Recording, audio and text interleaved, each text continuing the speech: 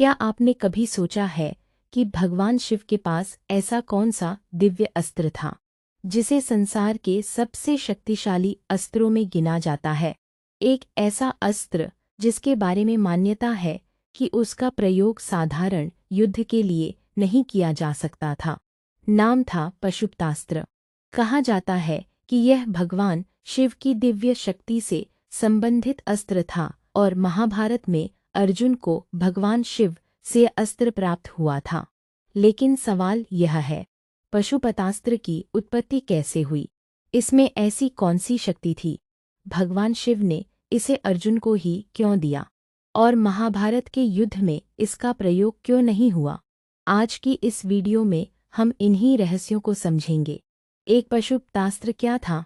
सबसे पहले समझते हैं कि पशुपतास्त्र आखिर था क्या।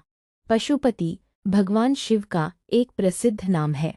पशु का अर्थ केवल जीव जंतु नहीं, बल्कि व्यापक अर्थ में समस्त जीवों से भी जोड़ा जाता है। इसलिए पशुपति अर्थात सभी जीवों के स्वामी। इसी कारण भगवान शिव से संबंधित इस दिव्य अस्त्र को पशुपतास्त्र कहा गया। धार्मिक परंपराओं में इसे भगवान शिव की अत्यंत शक्तिशाली संहारकारी शक्ति का प्रतीक माना गया है। महाभारत में अर्जुन को भगवान शिव से यह दिव्य अस्त्र प्राप्त होने की कथा विशेष रूप से प्रसिद्ध है।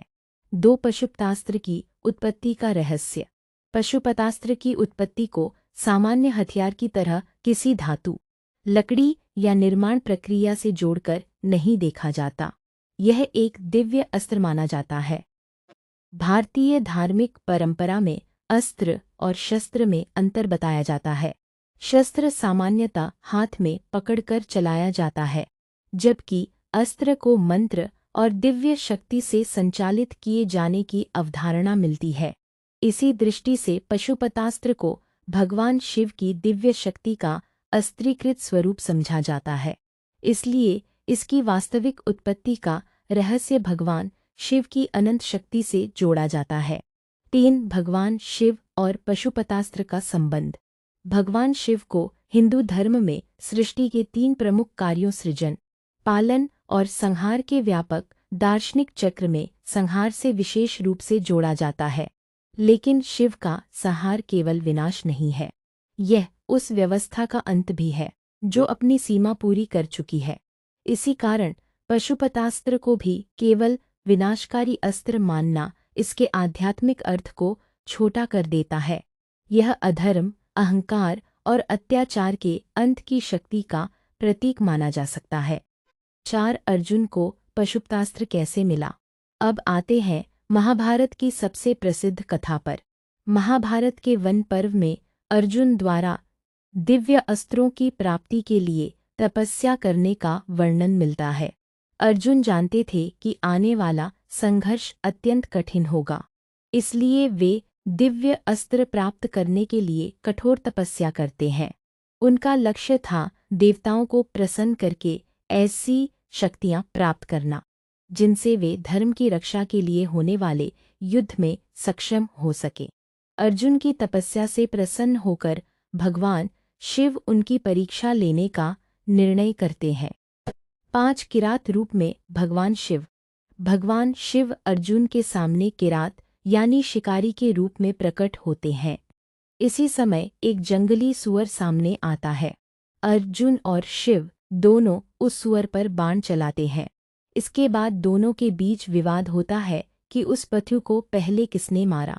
विवाद धीरे धीरे युद्ध में बदल जाता है। अर्जुन उस अज्ञात किरात से युद्ध करते हैं, लेकिन आश्चर्य की बात यह होती है कि अर्जुन अपनी पूरी शक्ति लगाने के बाद भी उस किरात को पराजित नहीं कर पाते। तब अर्जुन को एहसास होता है कि यह कोई साधारण व्यक्ति नहीं है। अंततः भगवान शिव अपना दिव्य स्वरूप प्रकट करते हैं। अर्जुन भगवान शिव को पहचान लेते हैं और उनकी स्तुति करते हैं। अर्जुन की भक्ति, वीरता और तपस्या से प्रसन्न होकर भगवान शिव उन्हें पशुपतास्त्र प्रदान करते हैं। 6. भगवान शिव ने अर्जुन को ही पशुपतास्त्र क्यों दिया? यह प्रश्न बहुत महत्वपूर्ण है। अर्जुन केवल एक महान योद्धा ही नहीं थे। उनमें तपस्या करने की क्षमता, लक्ष्य के प्रति एकाग्रता और धर्म के प्रति प्रतिबद्धता भी दिखाई जाती है।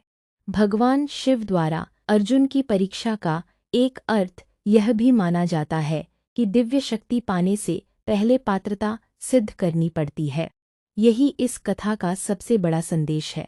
शक्ति पाने से अधिक महत्वपूर्ण है उस शक्ति को संभालने की योग्यता। 7 पशुपतास्त्र इतना शक्तिशाली क्यों माना जाता था? अब बात करते हैं इसकी शक्ति की। पौराणिक वर्णनों में पशुपतास्त्र को अत्यंत प्रचंड दिव्य अस्त्र बताया गया है। इसकी शक्ति के संबंध में विभिन्न ग्रंथों और परंपराओं में अलग अलग वर्णन मिलते हैं, लेकिन सामान्य रूप से इसकी विशेषताएं इस प्रकार समझी जाती हैं। पहली शक्ति, अत्यंत प्रचंड विनाशकारी सामर्थ्य। इसे ऐसा दिव्य अस्त्र माना गया जिसकी शक्ति सामान्य अस्त्रों से कहीं अधिक थी। दूसरी शक्ति, दिव्य मंत्र से संबंध। अस्त्र की शक्ति केवल भौतिक हथियार में नहीं, बल्कि उसके मंत्र और दिव्य ऊर्जा में मानी जाती थी। तीसरी शक्ति, अत्यंत सीमित प्रयोग।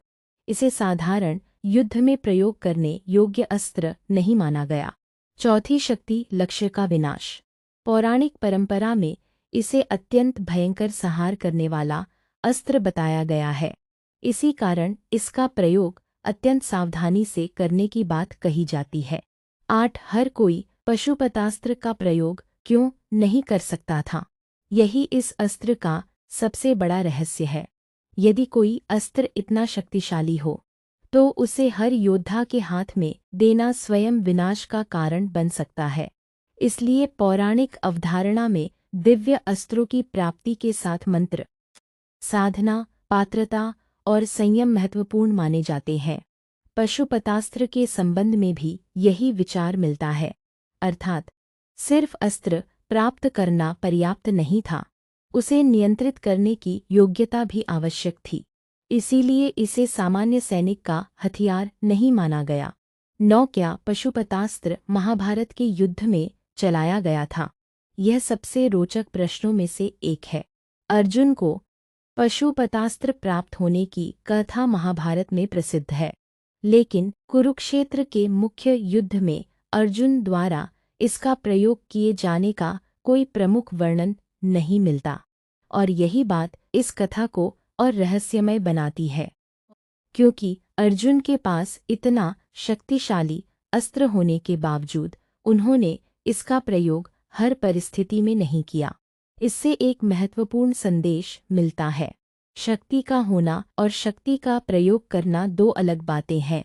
महान योद्धा वही है जो अपनी शक्ति पर नियंत्रण रख सके। 10, पशुपतास्त्र और अर्जुन की दिव्य अस्त्र प्राप्ति। अर्जुन ने अपनी तपस्या और यात्रा के दौरान केवल भगवान शिव से ही नहीं, बल्कि अन्य देवताओं से भी दिव्य अस्त्र प्राप्त किए। इंद्र से भी उनका संबंध और दिव्य अस्त्रों की प्राप्ति की कथाएं मिलती हैं। इस प्रकार अर्जुन धीरे धीरे ऐसे योद्धा के रूप में तैयार होते हैं जो महाभारत के महान युद्ध का सामना कर सके। लेकिन इन सभी दिव्य शक्तियों में भगवान शिव से प्राप्त पशुपतास्त्र को विशेष स्थान मिलता है, क्योंकि यह सीधे महादेव की दिव्य शक्ति से जुड़ा हुआ माना जाता है। 11, क्या पशुपतास्त्र सिर्फ एक हथियार था? नहीं। आध्यात्मिक दृष्टि से देखें तो पशुपतास्त्र को केवल युद्ध का हथियार मानना अधूरा होगा। यह 3 बड़े सिद्धांतों का प्रतीक माना जा सकता है: शक्ति, धर्म और संयम। शक्ति इसलिए क्योंकि यह अत्यंत प्रचंड माना गया। धर्म इसलिए क्योंकि इसे योग्य पात्र को देने की कथा है। और संयम इसलिए क्योंकि इतनी बड़ी शक्ति का प्रयोग हर परिस्थिति में नहीं किया जाता। यही इस कथा की सबसे महत्वपूर्ण शिक्षा है। 12, पशुपतास्त्र का आध्यात्मिक रहस्य। पशुपतास्त्र के नाम में ही एक गहरा आध्यात्मिक अर्थ छिपा है। भगवान शिव को पशुपति कहा जाता है। मनुष्य भी अपने भीतर काम, क्रोध, लोभ, मोह और अहंकार जैसी शक्तियों से संघर्ष करता है। इस दृष्टि से पशुपतास्त्र को बाहरी शत्रु के विनाश के साथ साथ आंतरिक विकारों पर विजय की प्रतीकात्मक शक्ति के रूप में भी समझा जा सकता है। अर्थात वास्तविक विजय केवल किसी दूसरे को हराना नहीं है। वास्तविक विजय अपने भीतर के अहंकार को हराना है।